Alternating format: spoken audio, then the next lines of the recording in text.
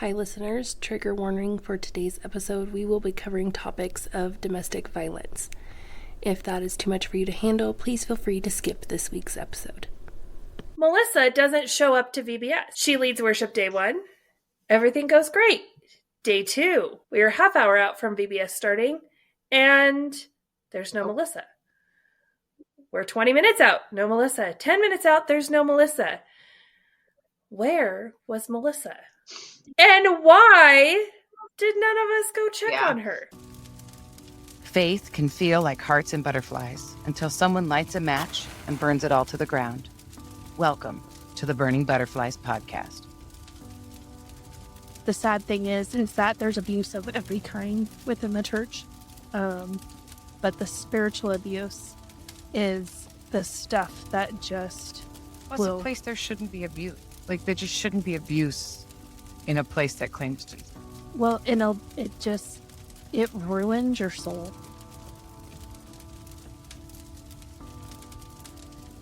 If you're new here, we suggest listening to our prologue episode first. This is the story of two women's journey through toxic church culture and spiritual abuse, all while finding healing in the end. Sometimes it's just the facts, and if you get offended by it, that's a you issue. And if we can't be mature enough to have these conversations, even if some of the topics are difficult, then shame on us.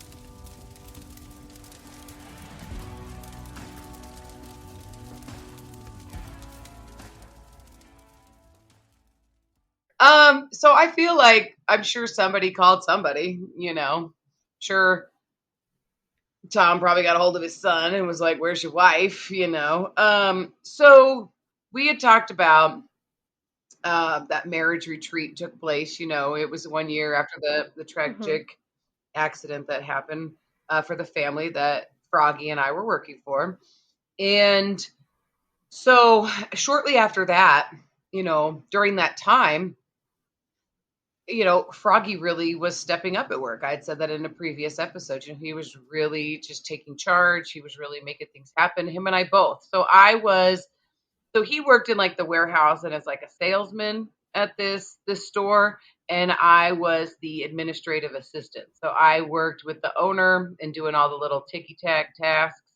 And Froggy ran the operation side and selling his stuff. It's a really small company. There's like a handful of people that work there. But the owner and his wife were going through this like tragic loss, and their whole world was turned upside down, and they were showing up and they were participating. But I mean, at the level you would expect for people who had not just are going healing from a tragedy, right? I mean, it was awful. And so Froggy and I really, just ran everything and just made everything keep working, kept doing our jobs and doing above and beyond just to help them out. And that was all well and good until the owner, who's also a very strong personality man, and Froggy, who's a very strong personality man, they got into a disagreement over something because in the absence of, the leadership and the decision making from the owner, Froggy was making decisions and calling the shots. And shortly after, about a year, the owner stepped back in and was trying to get his life back and get everything back to going and move past the tragic incident. And there was something that happened, and Froggy called the shot, and the owner didn't agree. And their strong personalities didn't agree, and Froggy ended up getting fired. So, I was sitting there, and I'm like, well, I guess it goes without saying that I can't work here anymore. And I mean, you just fired my husband, so I guess I'll leave. Like, he's my ride home. Like, I mean, I really like my job and I'd love to stay, but I don't know. Like, I don't think I could do that. Like, and they were like they knew. Like, they're like, yeah, kind of figured. Like, what?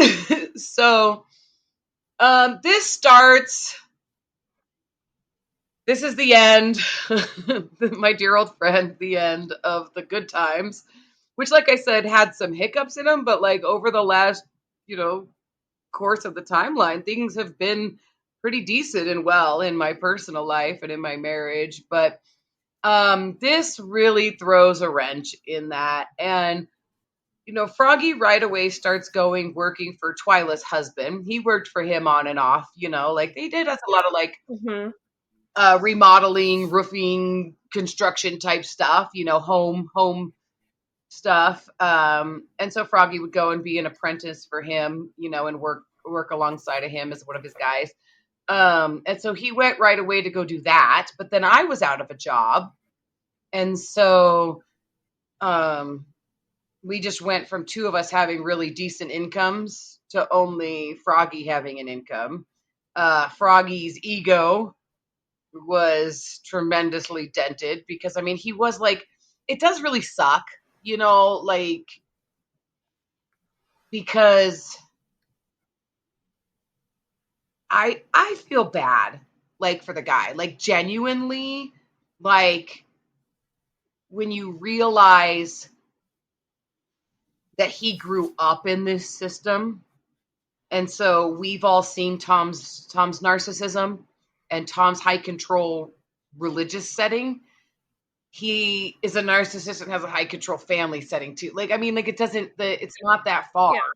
Well, it's that like nature over nurture, and poor Froggy was like screwed on both ends. Yeah, and when you come into the realization too that like Tom was not a pastor and following Jesus for the majority of Froggy's upbringing, so, and they were young kids raising a baby. I mean, like, they were 18, 19 years old when they had Froggy. And so, and I get it. Me too. Like, like for adult kids, I'm like, we went to Disney World a couple years ago, and my oldest son was 25 at the time, and they sometimes take some punches at me, like over things that I did as a parent when they were younger, which is whatever. We laugh about it now, but I'm like, okay, hold on, you guys.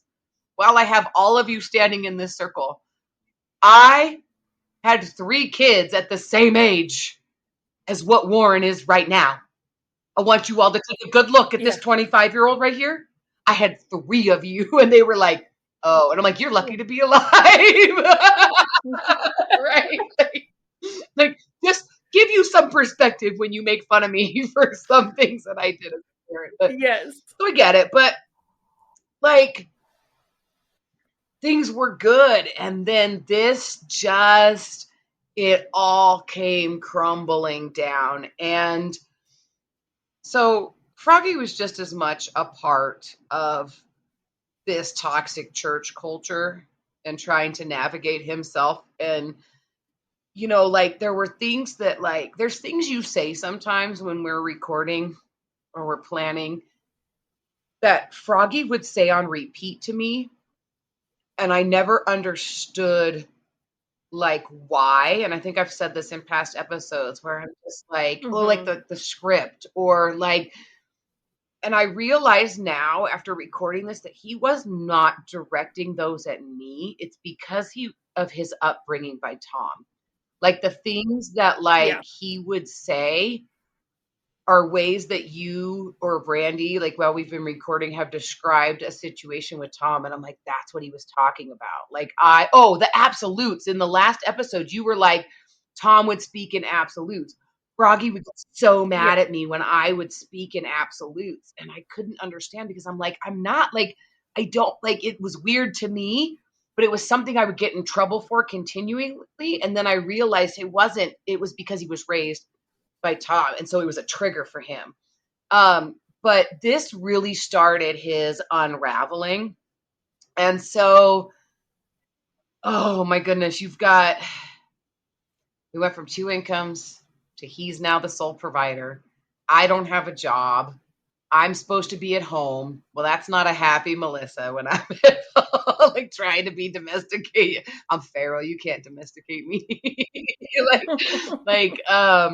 So this starts all kinds of trouble. And so I'm planning the VBS. I'm still being success. I mean, like, it's not a hiccup for me in my life. Like, I'm not flailing.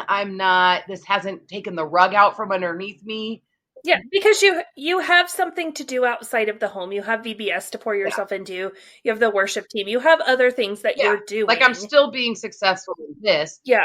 But for Froggy, he doesn't participate in anything at church because he's not really allowed to. Like, at the end of the day, I always thought, I'm like, Yeah. why don't you do it? But now there's so many different dynamics that I've seen of, like, he wasn't allowed to. Like, that poor kid is never given. Yeah. I know he's like an older than me adult, but I do feel bad.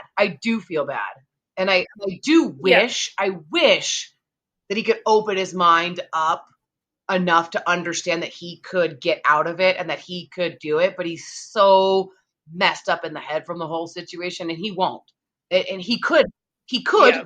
and it's probably not that difficult, as difficult as he thinks it's going to be, but he's got so much programming of the poor guy. He just didn't stand a chance. But anyway, besides the point, I'm not going to go down my poor Froggy trail, but I do feel bad for the guy, right? And so, yeah, so his whole world came apart. He doesn't have his job, where he was actually for the first time on his own, being his own man, being successful, happy at his job. And like, this is why I know he's totally capable of all these things. And the rest of the time that we were married, he'd always be like, I can't do anything. But then he never understood, I don't know why people won't give me a chance. I'm totally capable. And I'm like, I know you are. So then I'd always be like, well, are you not giving yourself a chance? Like, why don't you just go for it? Why don't you just go for it? Like, to sit back and watch it, like, hurts my brain just a little bit. But anyway, I'm going to move on. So this man's world is crashing down on him. He just lost his job. He's got nothing. And he's doing a job he doesn't want to do, but he's got to be the breadwinner. So it's a whole lot of responsibility. And that puts us right back into, you're surprised that Froggy didn't handle this situation well. And his strong, independent, quote unquote, mouthy wife, who quote unquote emasculates him, has what? Caused Froggy to lose his ever-loving mind. His favorite tactic, I think, was like holding me hostage, but like just completely annihilating me as a human being, to the point, it's not like I was being hostage to somebody should have said help, but I mean, in the situation, like, there was yelling, there was screaming, there was arguing, there was breaking of things. I'm not allowed to leave the situation, even though that's all I'm trying to do. And it's just crazy about these events that would happen within my home, is that, like, all I want to do is leave. Like, I'm not fighting with you. Like, typically these events would be like, we're having a conversation. I say something that he doesn't like. He loses his mind.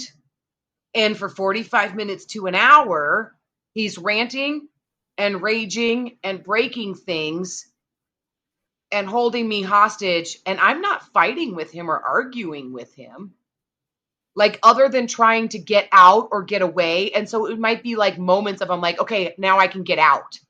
And then that would cause like backlash to come on me. Like, those were the moments where I'd be fighting, like fighting my way to get out of the bedroom, or fighting my way to get downstairs, or to get out of the house. Like, I just want to leave. And so would I say things? Yeah. So like, I just am trying to like paint a picture. So like, he would start yelling at you, but then like he would block the doorway, so you physically could not get out of the room. Leave. And then half the time he would be ranting like to himself. Like, even if I did get into another room, like, and I don't remember this specific event. I'm just giving you like every event in one, because they were all really the same. And so like, it would probably have started in our bedroom. Like, I would have said something, or he'd be like, I don't understand this, or we're talking about what happened, and then I got fired. And I'm like, yeah, well, I mean, it could have been handled differently. Or if I said something that he didn't think was right, expressed my opinion in any way that didn't agree with his, then he'd be like, you're da da da da da, and he'd start getting mad. If I could get away and move to another place of the house, with a lot of time I would hide. And I don't know why he would never open the door to the closet, like the hall closet. How everybody would have a coat closet? Like, I would like quietly open that door, and I had arranged boxes and like the storage bins in there so that there was enough space that I could sit behind him and you couldn't see me. And I would just sit in the coat closet behind all the coats in the storage boxes and just hang out in there. But he would rant and yell and rage for like 45 minutes to an So hour. would he ever like physically hurt you when he did this? No, he would physically put himself like in my way. And I mean, there were a couple times like where I've been like pushed around or pushed to the side. But Froggy is like insanely strong. Like I've never met a man as strong as him, like physically, and he doesn't look it, but he is like a freaking wall, and like a steel wall. Like there's no getting through him. And I've not feared, like I was in the army. I battled hand-to-hand combat against men, against women, you know, like I probably now at my age have a false sense of what I could actually do. Like I couldn't hurt a fly and I probably wouldn't want to, but I also like can go into like I call it like, okay, I had to go army for a minute, you know, like I get into that mental zone. Yeah. I'm gonna be real though, I'm probably far more stronger in my mind than I really am in real life. But I seriously knew at any moment in time that if I pushed too far, like I knew where the boundary was, and there was always that fear that something bad was going to happen to me. Yeah. So Generally, I even pushed though that he boundary wasn't more when it came to my kids. If my kids were ever in danger, but my kids had learned, like they had a protocol. Froggy raises his voice, the kids go to the basement. Out of sight, Yeah. out of mind. Yeah. So he wasn't like physically abusing you, but there was that Yes. threat, and you knew that if you pushed back too hard, that it would Yeah. turn physical. I really thought and that I was going to die in this marriage. Like I thought that that was going to be our Yeah. our story. Like Melissa stayed, and then to death do us part. Like, yeah, because he made Yeah. sure. I mean, even in a playful way, or even in like other scenarios, like the sick psychoticness of we're playing, but I want you to know that I could like break you right now. You know, so like if Yeah. it was like I don't know, like I don't anybody who's been in that situation, like they understand. Like it could even be in public where like I'm holding your hand and it looks fine and good, but if I move this finger one little bit, you know it's going to get broken. And he made sure like even in playful ways that I knew that I would not overpower him if he really wanted me not to. And so, but I do think the times that I stood up for myself really shocked him, and I think that that actually saved me quite a bit in this marriage. But so we had the first day of VBS, and there's Melissa on stage, being Melissa, doing great things, leading worship, having a great time, being successful, and that And freaking killing it, by the way. and Like we can't have killing it. that. And so I didn't board up my house, but it's the same scenario as the first time I boarded up my house. I might as well have, but there was no way. Like it, I didn't show up not because I don't want to misconstrue. I wasn't in the middle of an argument. I wasn't being held hostage. I wasn't like in any threat when I didn't show up. There was a fight that had ensued that messed me up mentally because the things that were said, the things that were done, how do you go and stand up? I mean, this was the constant manipulation is I had to be perfect so that I could lead worship on us. And the one thing all I want to do is sing. I just want to sing. That's it. I just want to sing. And I have to be so perfect and put up with so much crap. Because if I'm not, I'm being annihilated in my character at home from a man who has nothing better to do than use all of my insecurities and any mistake that I make against me to make me feel like the worst, like I'm not even worthy of living.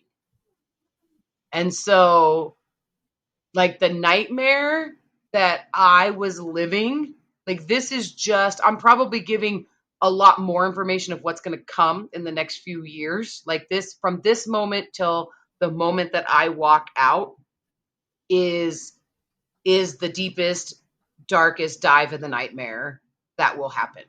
Like, up until this point, yes. Was there like anger? Yes. Were there things getting broken? Yes. And then we went through like the good period where like we were working together, and because I was by his side 99% of the time, like everything was fine.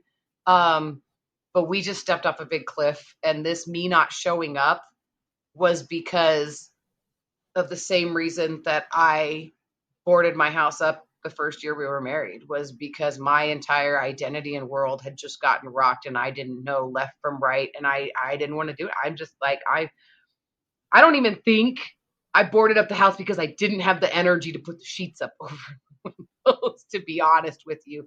Like, I'm trying to give language to a deep, dark place that I don't know if I can, other than a living hell of like complete mental garbage, spiritual garbage, emotional garbage, physical garbage, that I can like convey to the listener to say, like, the doors to hell opened up and I got pushed through, and that's why I didn't show up at VBS. And nobody cared. So, like, Because Tom probably Yeah. called Froggy, and Froggy's like, whatever. And then I'm painted as unreliable and I don't show up for anything. But nobody understood the nightmare that I was going through. So then I just isolated myself for the rest of the, I mean, like the few things I did show up. This is what was going on. This is the beginning of the end. Well, and so like I want to make it clear, because I'm sure like there's some listeners that are like, well, why wouldn't you just say something to someone? Like you know, like no one cares. You were going to Tom and Charlotte. You were doing, because this is the really screwed up side of it, is when you are in this high control situation of a church. So like, let's just like not even look at your marriage just for a second. And like, let's just look at this church. You have a problem. There is a hierarchy of who you need to go to. You can go to the people leading the Bible studies that you are involved in. Charlotte was that person. You could go to the person leading the ministries you were involved in. Tom and Charlotte are those people. Well, and even you can go directly involved. Like, there's two types of women that I was talking to over the next few years. There's the I understand woman, because I've experienced these same things, but the answer is never, how do we get you help and how do we get you out of here? The answer is always, how do we make it okay for you to continue in, like, the answer is always, you have to continue in this. And so whatever help you're getting, and you're getting this help from another respected woman who knows what you're going through, who has gone through the stuff herself and is just teaching you how to stay and survive. And the other woman is the one who, when you say, my husband yells, she goes, my husband yells sometimes too. And I'm like, I've never heard your husband speak over a decibel of 5. So if he's yelling, he's at 8.2, like, it's a totally, there's either like, and I told the Stedford look that I got, like, there was a retreat when I went as close as I could to the boundary at being honest, because I literally, word for word, said, I hide in a closet because my husband is so mean and scary and doing bad things, right? Like, I said that at a retreat in a talk, and women looked at me like they just, like I was talking to robots. Like, nobody was like, oh my goodness, that's horrible. You have to hide in a closet on a regular basis. Like, they acted as if I didn't even say it. So when was I getting out? Yeah. And when I got out and I realized that the same people I was going to help were the same people that were keeping me in this situation. It is impossible to get help because the system is trying to keep you where you're at. Froggy needs to be married. And at this point, he's already had one failed marriage. And his wife is, her mental capacities are brought into question by Tom and Charlotte on a regular basis. Oh, she's crazy. She makes up lies. All of this kind of stuff because Froggy gets busted and their house is searched and her children are standing in their front yard in their pajamas as their house is being searched and she's the crazy one. Yeah. Isn't that insane? And so it's going to be really hard if we continue to try to paint poor Froggy, his wife is crazy over and over and over again. But they've been doing it since he was in high school. You know, poor Froggy. Yeah. And he just likes these crazy ones. Yeah. They make him so angry that he has to break things and hurt people. So I remember when you didn't show up because, like, honestly, like, I'm going to be transparent. I was pissed off at you. I was so mad, like, because it put us in a bind. Like, I mean, we're like, it's go time. There's kids there. We're waiting to start. And we're like, what the hell? Like, what do we do? And so, like, we have to scramble because, and like, thankfully we had like, at least we were one day in. So we kind of had like something to like go off of like, okay, this is kind of where we're going with worship. And we don't have to like, just, you know, wing it out of nowhere. But, you know, I remember just being mad and being like, she's flaky. She's just flaky. And, you know? And honestly, that was what, 2016? And yeah, we left the church in 2021. And any time after that I wanted to do something, I would always have to get the talk about, well, remember when you didn't show up? Are you going to show up this time? Yeah. I don't know, Charlotte. Is your son going to try to kill me this time? Yeah. And so, and that's the other thing that we need to make clear. Like, your life is being threatened. Is he physically hurting you at that moment? No, but he is threatening to kill you and your children. Like, when you say he's ranting and raving and he's saying these things, he's threatening the life of you and your children. He is saying anything he can to break you down as a human, about your appearance, the way you serve in ministry, the way you talk, the way you work, about your children, about your mothering abilities, about your ability to be a stepmother to his children.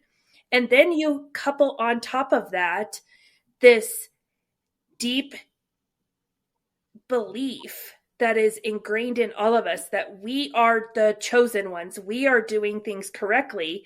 And he is the prince of this kingdom that his daddy has built. And so you bring spirituality and your relationship with God and your righteousness within this kingdom and your eternity. Yeah. And you know, that's funny because that reminds me of like, I mean, there's this whole big like, and like, you're the one. And we all believe in this like crazy mystical, God has one person for you. Or, you know, we don't call it soulmates because that'd be too new agey, but you know, you have this God brought you together and no man tear apart what God has brought together.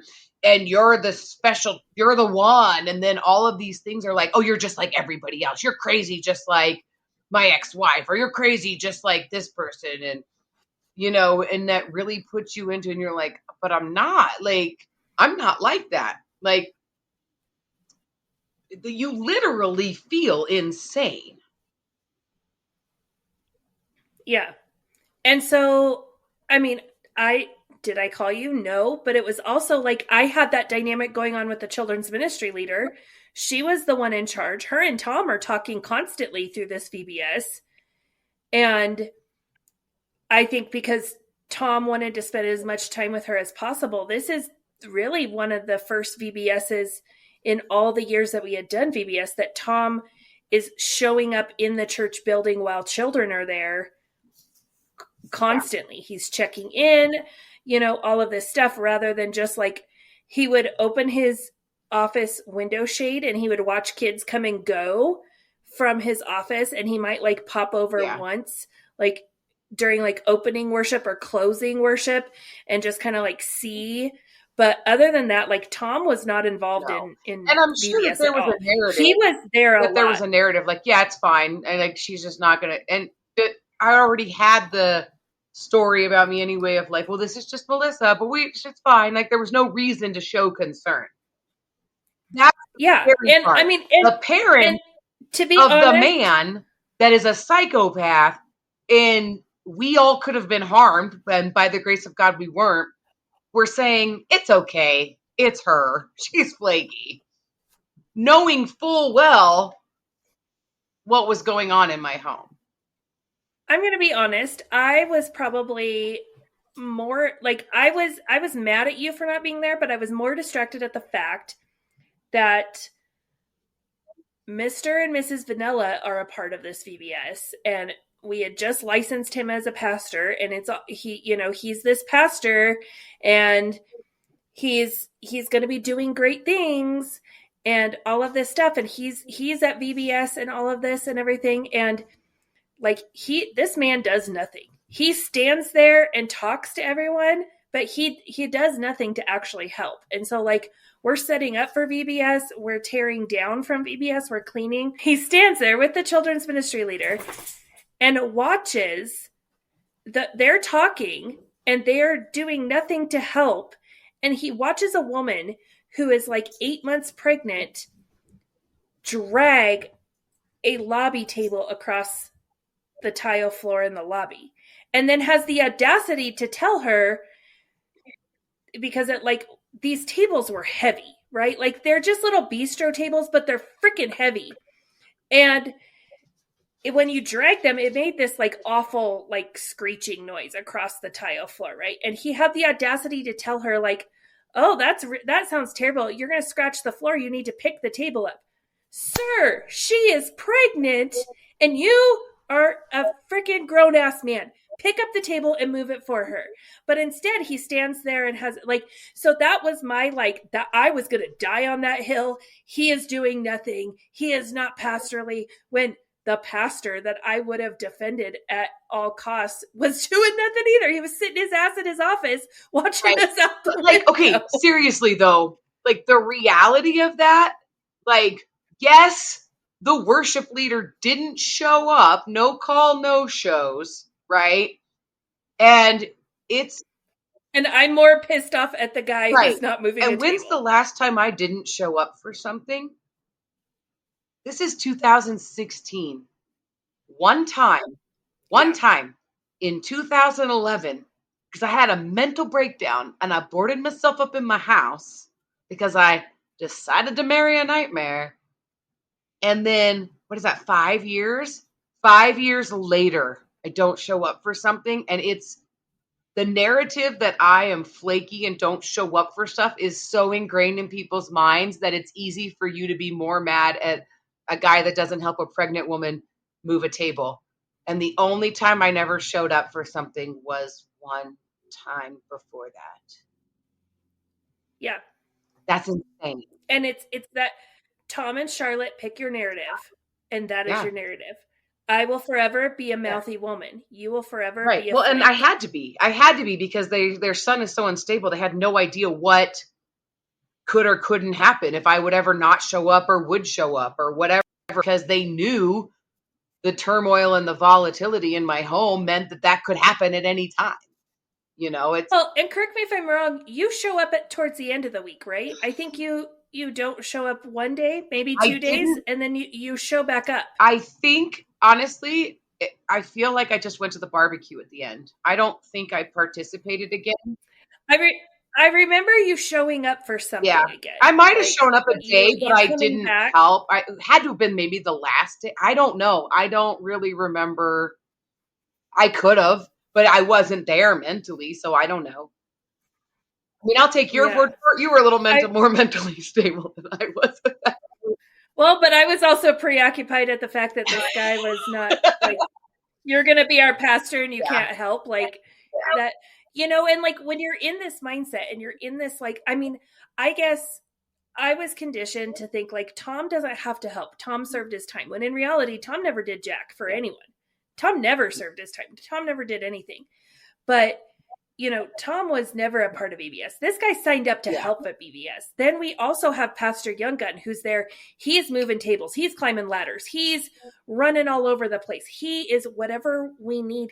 He is the epitome of a man who serves with everything he has. And so to have this guy like stand there and like, I'm this pastor, and then like, you do nothing but stand there and talk to the woman who she has one foot out the door anyway. She could give two craps. And I was preoccupied with that relationship as well. And it was around this time also that Charlotte is really pushing that we have to have this conversation. Her and I have to reconcile. If she's going to leave the church, we have to reconcile with each other before she leaves. And, it accumulates to the point where we are going to meet, and she doesn't want Charlotte there, but she's okay with Brandy being there. Okay. So Brandy, her, and I go to the office one night, and I want to say it was like around VBS time because everyone was doing something, and it was at night. And there was people over in the building, and it was just us in the office because we locked the front door, and then we went into the back office and we shut that door also because we wanted to have extra barriers in case, like, so no one would walk in on us. And so we have this conversation, and she yells this stuff at me.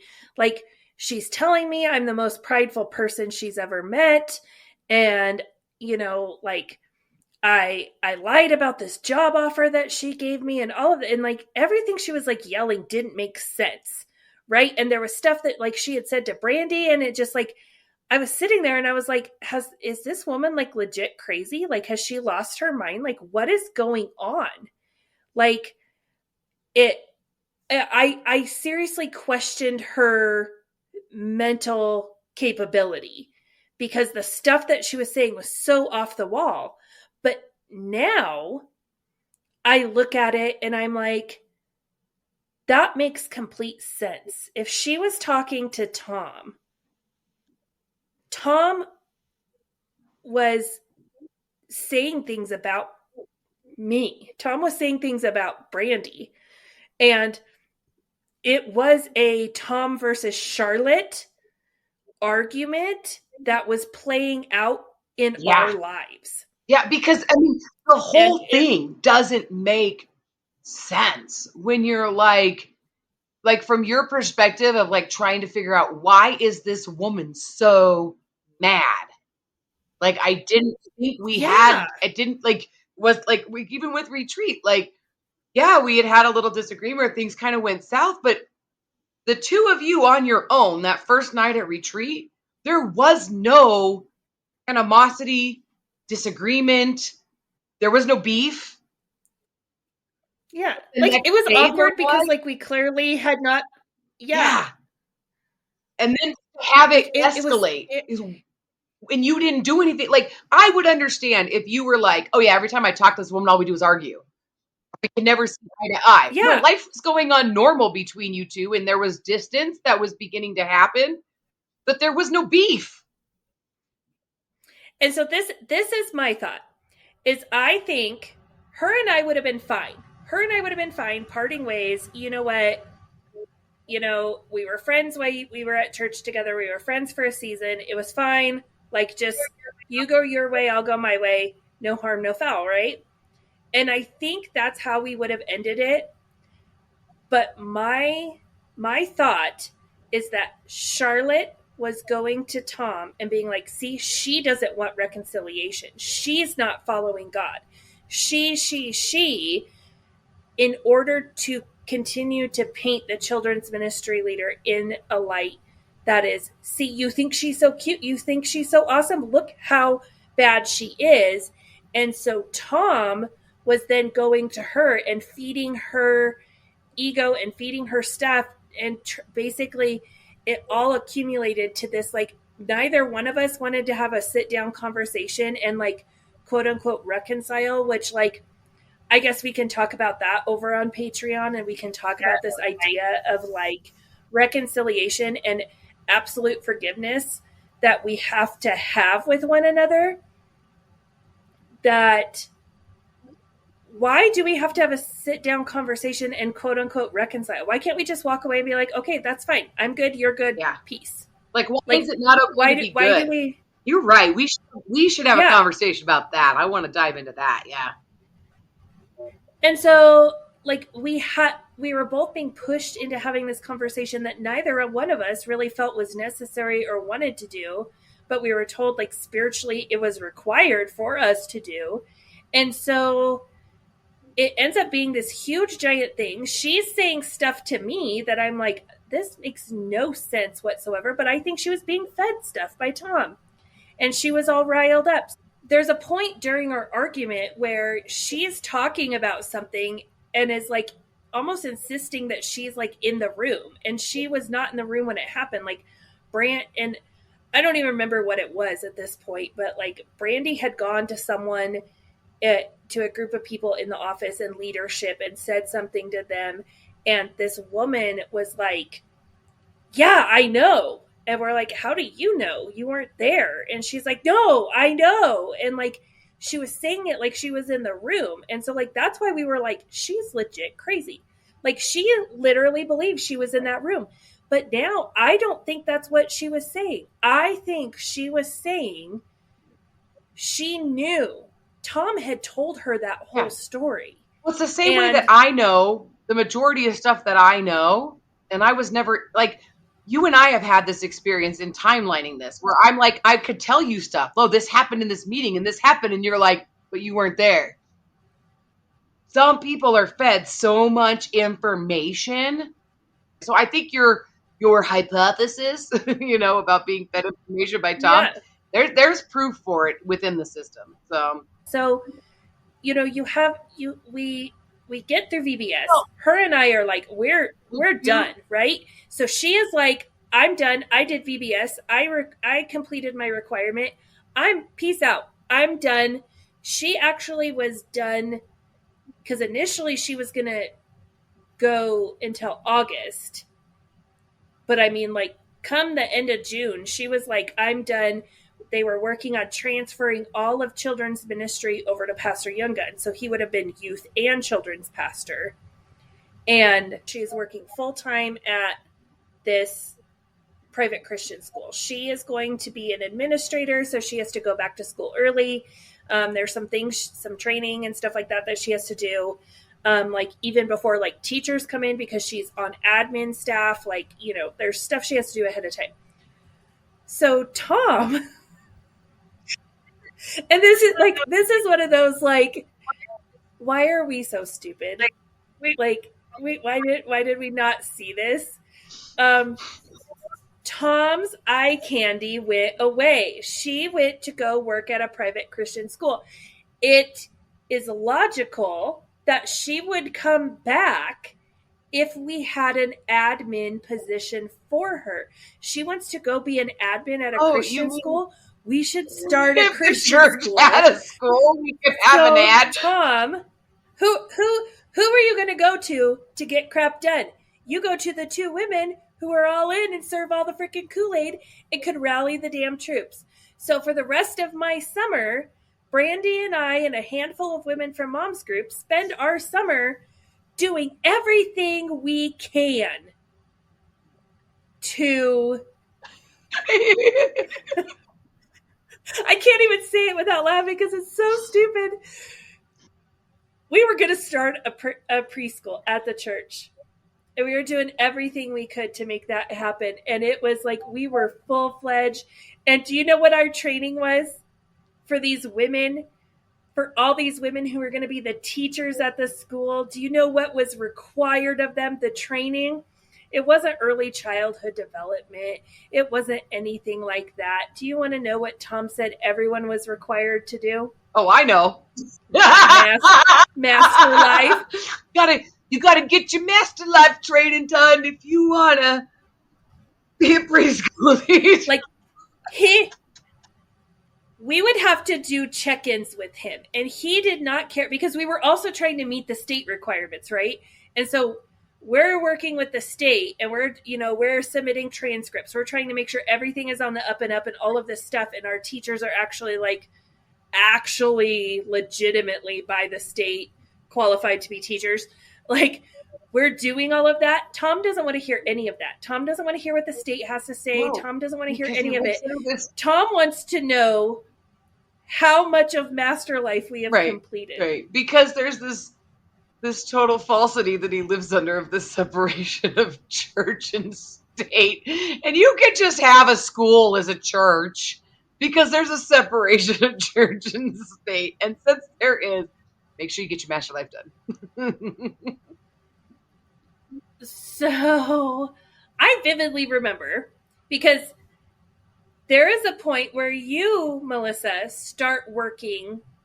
The children's ministry leader gets you a job working at the actual preschool at the actual Christian school. Yeah. So it was suggested to me by Tom or Charlotte, one of the two, both, I don't know, that I should go see if the children's ministry leader thinks there's any job openings at the private Christian school, and I should see if I can get hired on doing something, anything, because it would be great for my kids to go to Christian private school. You know, their youngest son went to the same school.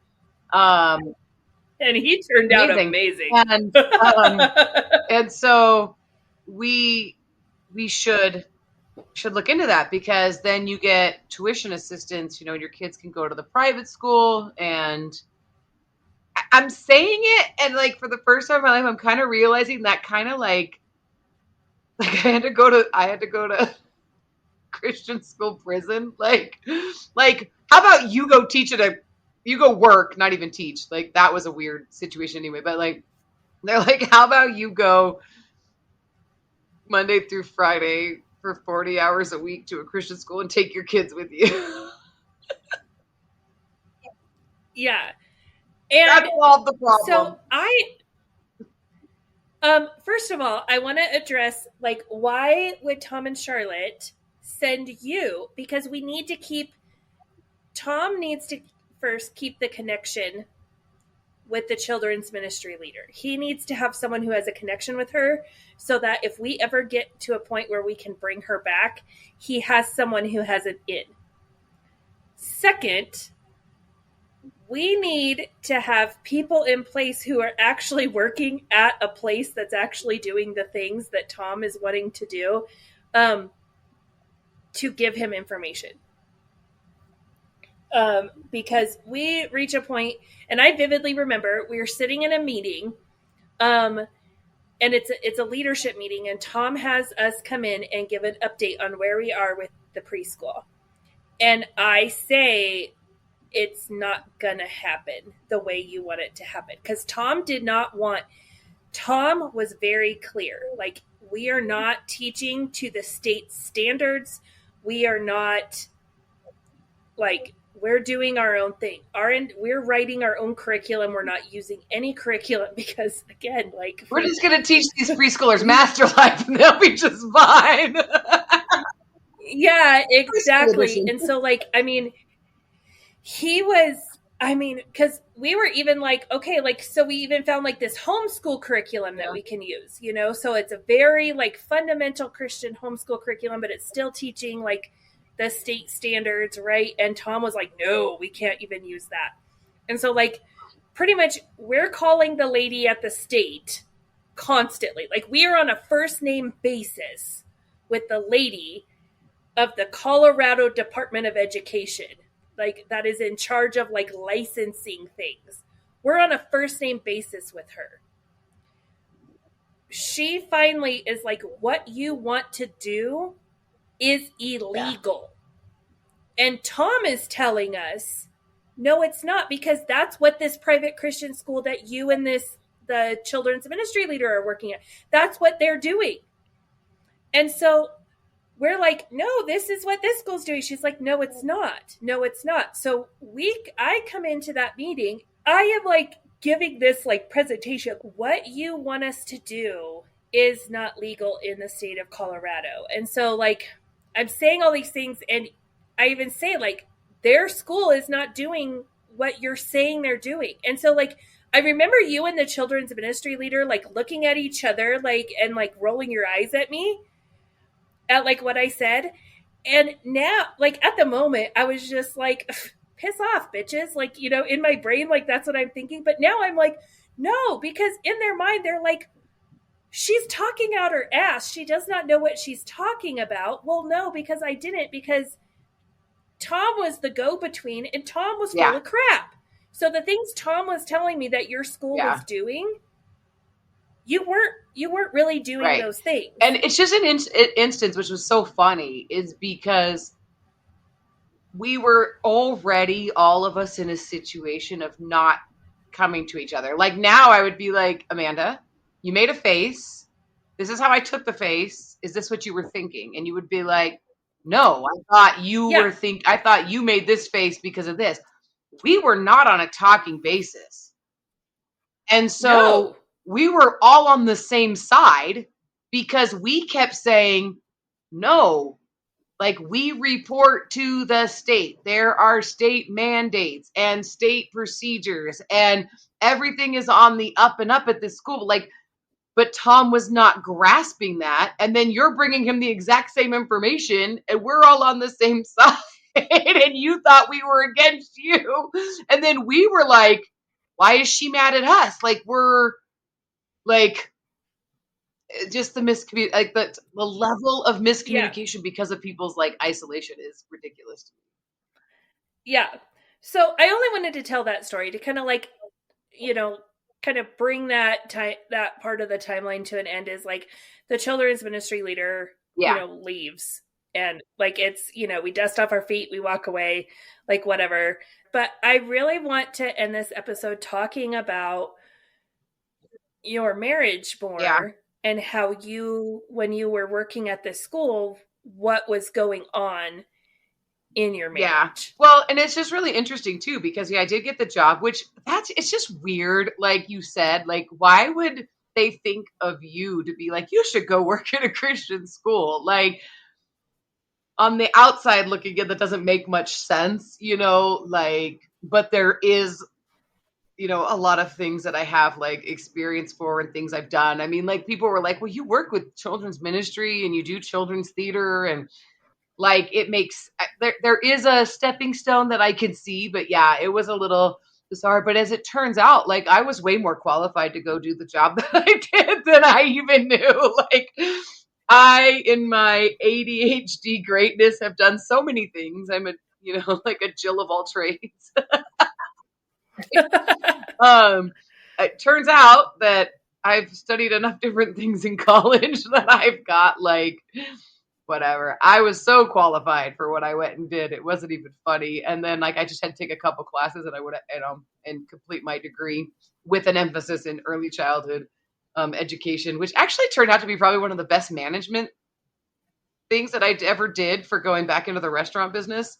Because the reason why I'm not working at a restaurant at this point was because prior to coming to Come As You Are and marrying Froggy, I had worked at a restaurant and as a general manager, and I had done everything I needed to do above and beyond, met all of my sales goals, quotas, and everything. And the own restaurant refused to pay me the bonuses that he promised because, like, I've been doing this long enough. You want me to walk in a restaurant, you're going to tell me how I make my extra money and bonuses. I'm going to do it, and I'm going to like bleed your bonus program dry.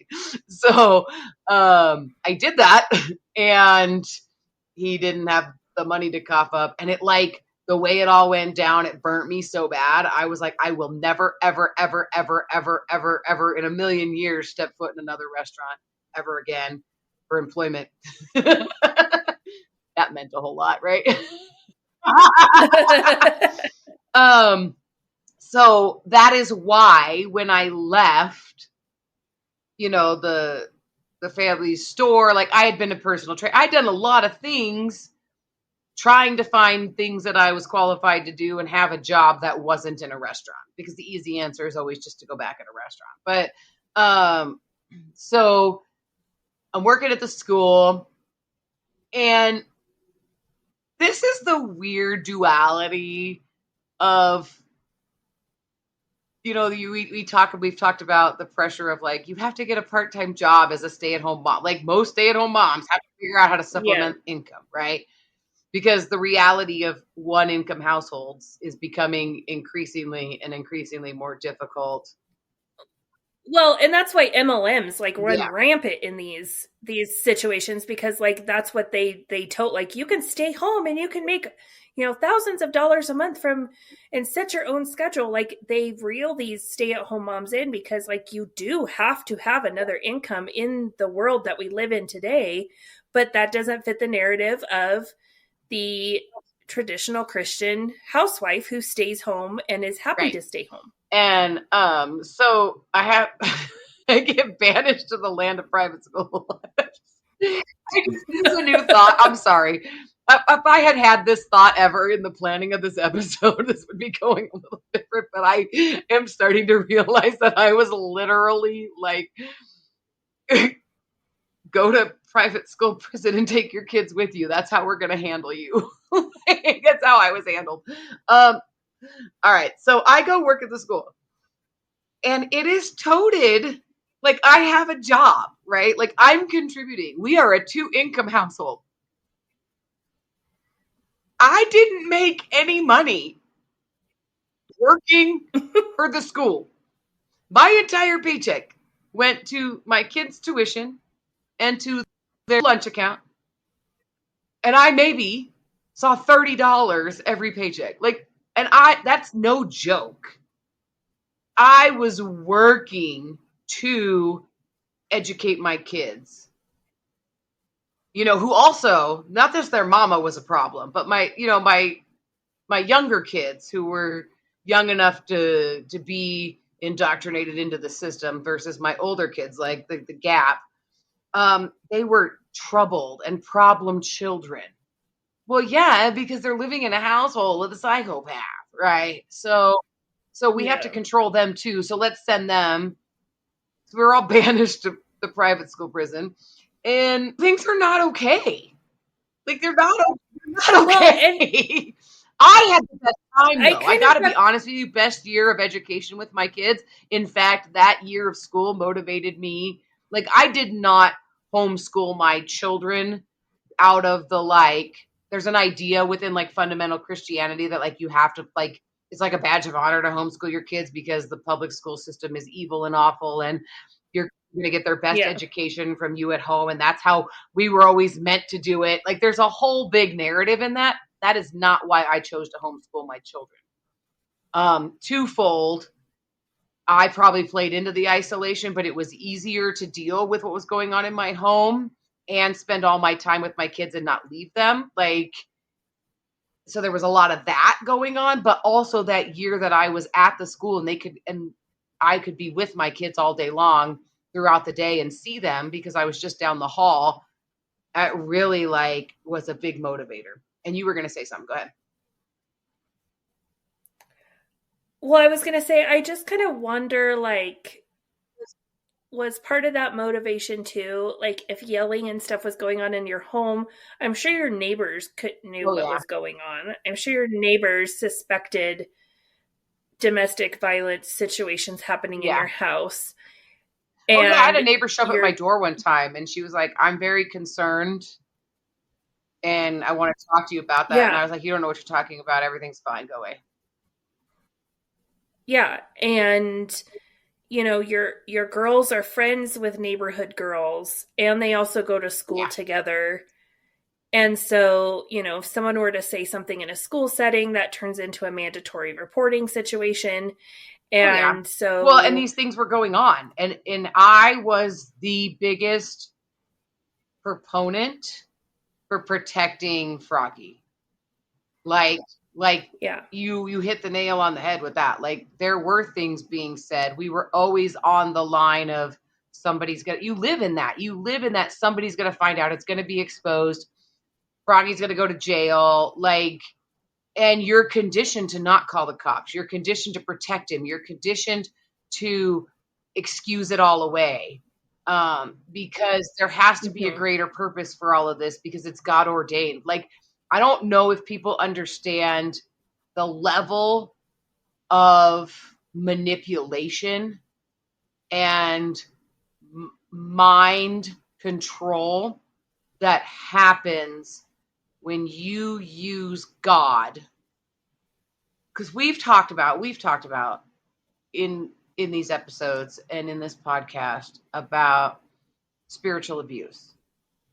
And I'm sorry, but I know that people rate physical abuse as that's the bad one. I'm going to disagree, because I think spiritual abuse, because you have intertwined somebody's very soul and their very being into the abuse.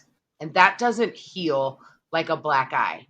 That doesn't heal like a broken arm. And I'm not saying that I'm going to even get rid of a hierarchy of abuse, because it's all bad. It's all bad. But you're reaching deep into somebody's mental, emotional, spiritual. It's all wrapped into that one. And you're saying that the creator, you're going to tell me in one sentence that God created you as a plan and he has a purpose for you and he loves you, but he also has sentenced you to get your ass kicked every day by your abusive husband. Doesn't make any damn sense to me. And that's spiritual kicking of your butt, emotional, physical, it doesn't matter. And your very being, when your relationship with this God that is supposed to love you unconditionally, and God is love, so love is it. The words I want to use are not allowed to be said on this podcast, so put all those words in there, and then you'll understand. It's messed up to the 100,000th degree of being messed up. It's messed up. Mm-hmm. And then you also have this idea that he is the man and you are worth nothing. You give yourself to him. Your body is not your own. It belongs to him. So then all of that abuse and all of that twistedness also plays out in the intimate side of marriage as well, in a very abusive way. And so all of this is accumulating for you. And I want to end with the story of you in the church parking lot. Because at this point, I am in the office. I am asked to be coming into the office more now that the children's ministry leader is gone. I am in there more to help Pastor Younggun navigate this children's and youth leadership role.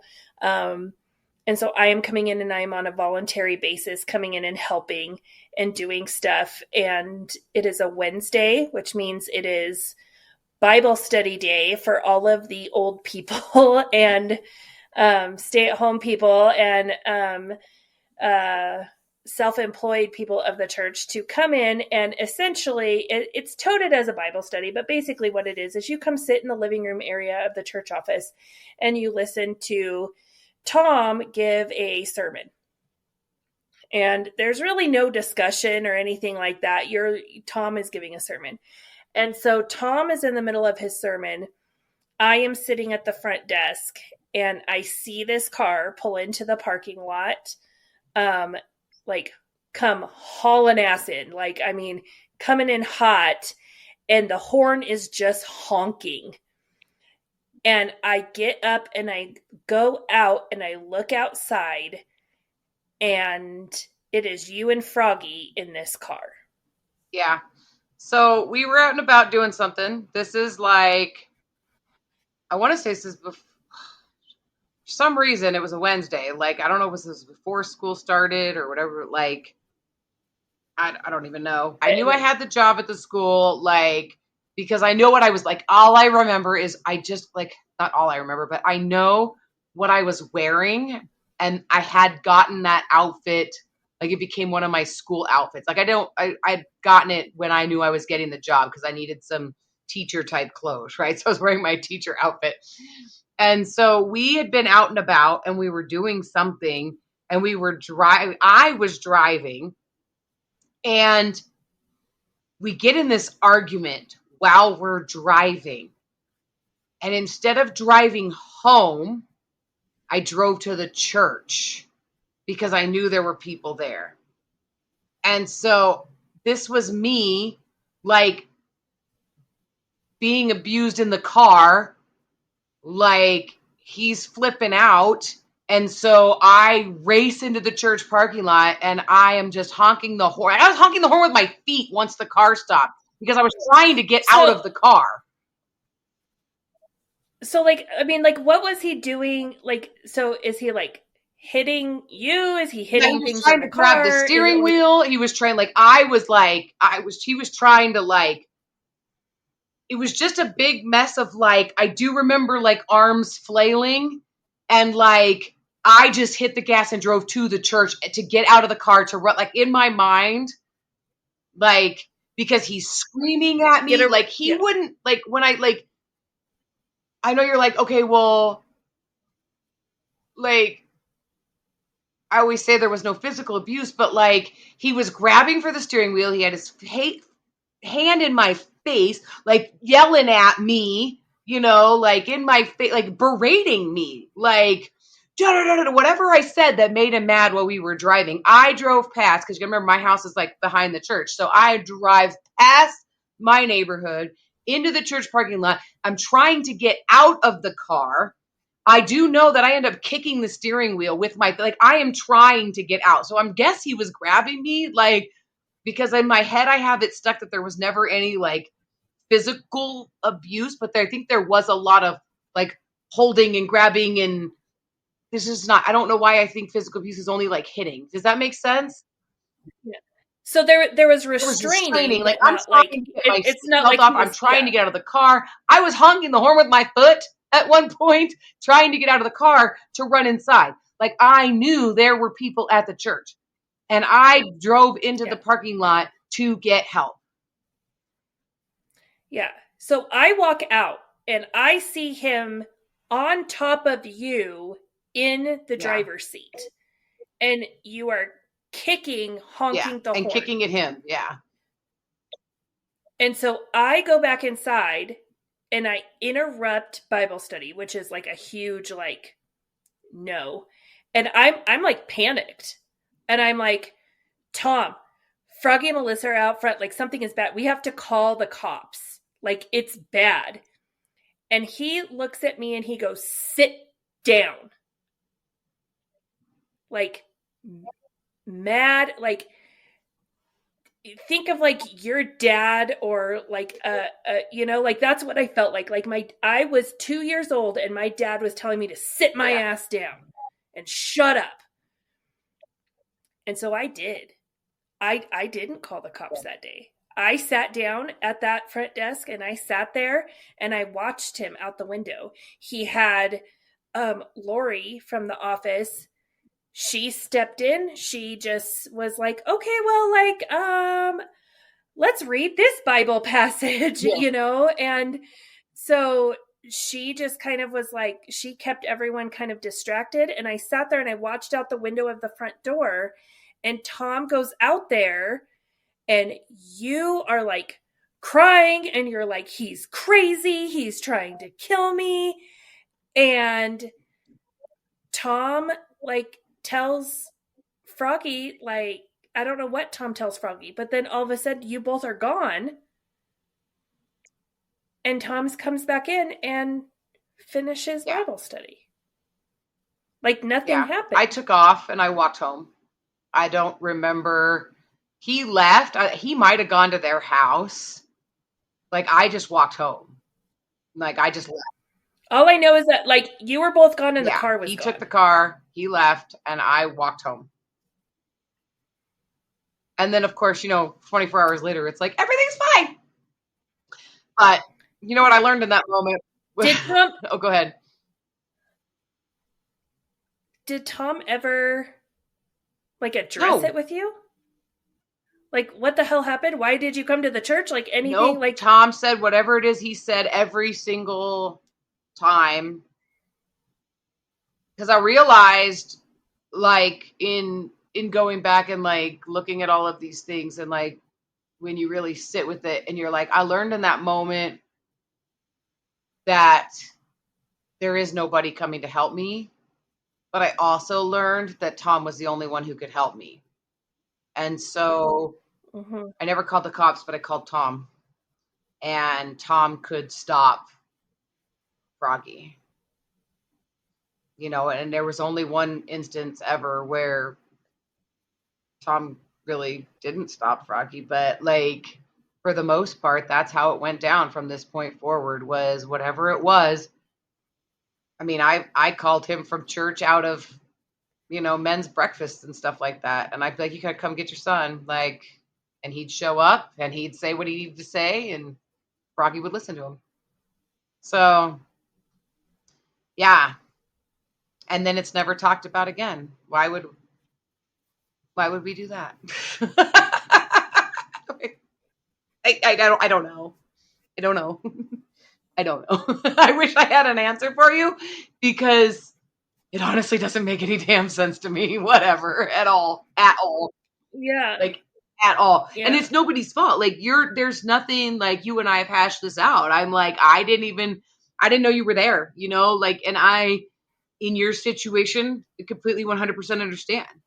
Like, I can't say that I would have made any different choice. It was the system. It was the circumstances. That's how it was.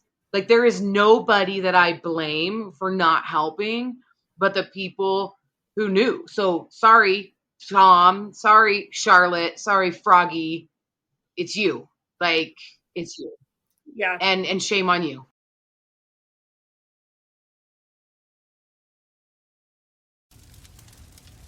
Burning Butterflies is a listener-supported podcast. Today's episode is brought to you by our amazing supporters on Patreon. Follow the link in our show notes to learn how you can become a Patreon supporter too. Supporters get exclusive access to bonus content each month, including outtakes, cut content, and supporter-only episodes. If you've enjoyed this episode, please leave us a rating on your listening platform. Burning Butterflies is a production of Asha Media. Thank you for listening.